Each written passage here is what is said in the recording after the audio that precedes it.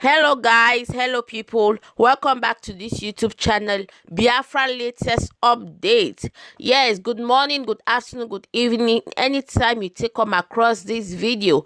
I saw this video on the internet and I thought it wise to bring it to us, and I don't know what you think about the video, so I'll allow you to watch the video to the end, and please do write on the comment section what you think or what's your opinion. In this channel, all opinions do count and I accept it, my people. So before I go, if you're here, if not subscribed, please do support this channel by clicking on that subscribe button and turning on your post notification. So my people, let's watch it. First of all, I give glory to the Almighty God for what happened to me about a week ago when on my own I decided to go for tests for COVID-19 after a series of my aides were positive. And unfortunately, I was positive. And I decided to isolate myself. And by the grace of God, yesterday, when a repeat test was done after my medication, I was negative.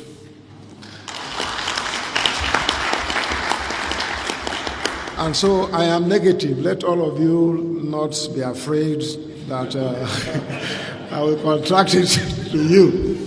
That will not be your portion.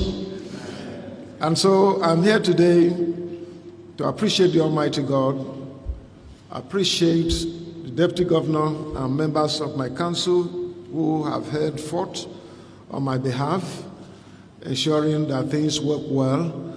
We were still running government together because on visual, on telephone, on chat, on WhatsApp, and text messages, we were able to communicate to ourselves, and I thank God that things have gone on very well during my absence.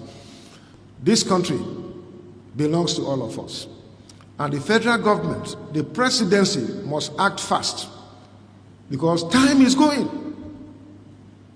from north, west, northeast, north central, southwest, southeast, south. There is general insecurity. And this is being prepared by herdsmen. I want to repeat again. I have made it a petition to the presidency and to all security agencies before that if they want peace, Mayatiala must be arrested. These are people who have owned up. They have taken responsibility that they have killed, they maimed, they rape, and do all sorts of atrocities. And yet their leadership is in Abuja, and nobody is confronting them. And until these people are arrested, when I talk, I was being castigated. I was being vilified. Nothing bad that was not said against me. I am this and that. But the reality is here. It is not just happening to Benue State today. It is happening to the entire country. Why is the federal government being silent about this Fulani men? When will the federal government come out and criticize and arrest herdsmen carrying AK-47? When are they going to do that? Are we second citizens in this country? What gives Fulani man superior to any other person, to a tip man? I am not their slave. A Benue man is not a slave to any Fulani man in this country. And so federal government must do this. At a point in time, the federal government came out with a policy through the police that even those with license, den guns, double barrel and pump action should surrender to police. How many times have the presidency come out to condemn that Fulani men are carrying AK-47 all over the place? This is not correct. We stand for justice, equity, and fairness. Whatever is happening to a Fulani man should also happen to any other person. That was why I called the federal government to license me and many others to have guns, to have AK-47 too. Because if I have my AK-47, a Fulani man is coming there, he knows that I have, and he has. Then we can fight each other. But you can't disarm me and arm a Fulani man. This is the point. So this is not right. The federal government is biased, is unfair. The failure in security is caused by federal government. And maybe what I perceived is that the president is not aware of this. Because if he were aware, he will stop it. I know General Muhammadu Buhari retired as someone who is disciplined. But the people around him, sycophants and mediocres, are not willing to let him know the pains that Nigerians are going through. Mr. President, in case you're listening to me, I want you to know that your people, Nigerians, you promised Nigerians that you'll be fair to all. You said that you will be for everybody and for nobody. And now it will appear that you are just for Fulani people, because nothing is coming from you to give the people confidence that you are their president.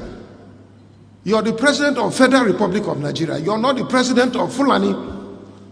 You are the president of everybody. And I owe you a duty as a stakeholder in this nation to let you know that what is going on is wrong. And this had the potentials of dividing this country, which will not be in the interest of anyone. Some of us believe in the unity of this country. We believe in leadership, that every leader comes by God. But we have the responsibility to advise you when things are going wrong. It is not everything that I know as governor, but I depend on lieutenants. So you must depend on us. The whole country, those who are silent, are doing that as sycophants and mediocres. They're not willing to tell you the truth. The Bible says you shall know the truth and the truth will set you free.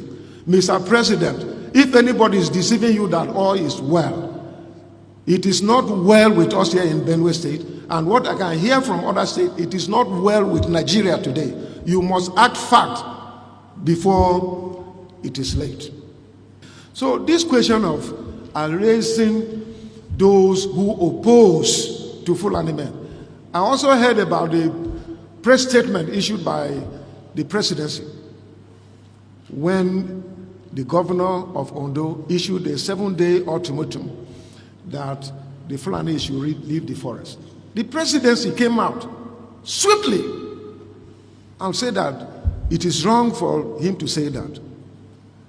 But when people are killed in Benue, killed in Ondo, killed in Ekiti, killed in Taraba, killed in Jigawa, killed in Zamfara, killed in all these places by these herdsmen, and they come out, there is one Fulani social cultural organization called FUNA,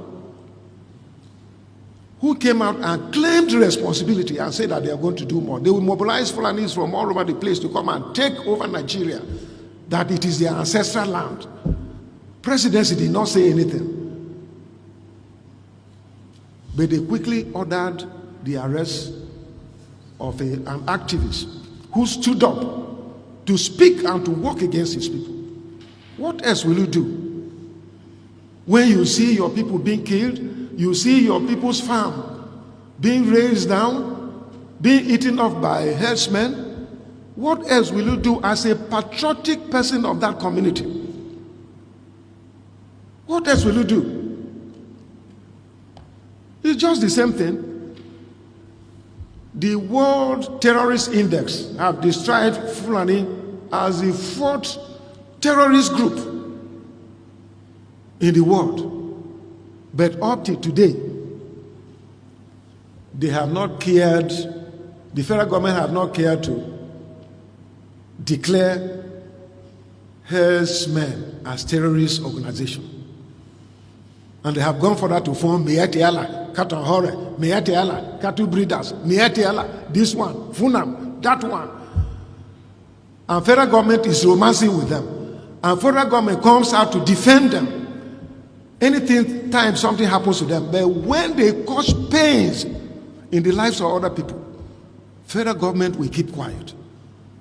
Federal government have gone ahead to ban iPod.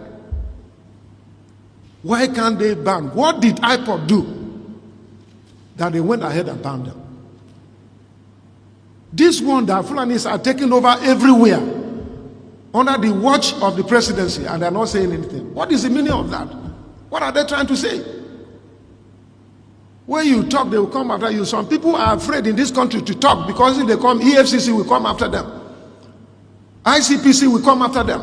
Security agencies will come after them. They did that to me. And I went to court against them and I won. They did that to me. They tried to impeach me. But by the grace of God, I survived. So these are the issues. So why do you need to go and talk about that man must be arrested? How about the Fulani men that killed people, remove people's eyes, give people gradual killing? Have you made any attempt to arrest them? All these things are all over the place on social media. And that is why I'm calling on Mr. President to act fast. Otherwise, it will be late. And all of us will be consumed. We may wake up one day and we'll discover that we don't have a country called Nigeria again. And the only way to do it is for our leader, the president, to come in and act fast and behave like a president who is for everybody and is for nobody. But the way the president is behaving now is a contradiction to what he told us and the oath of office that he took.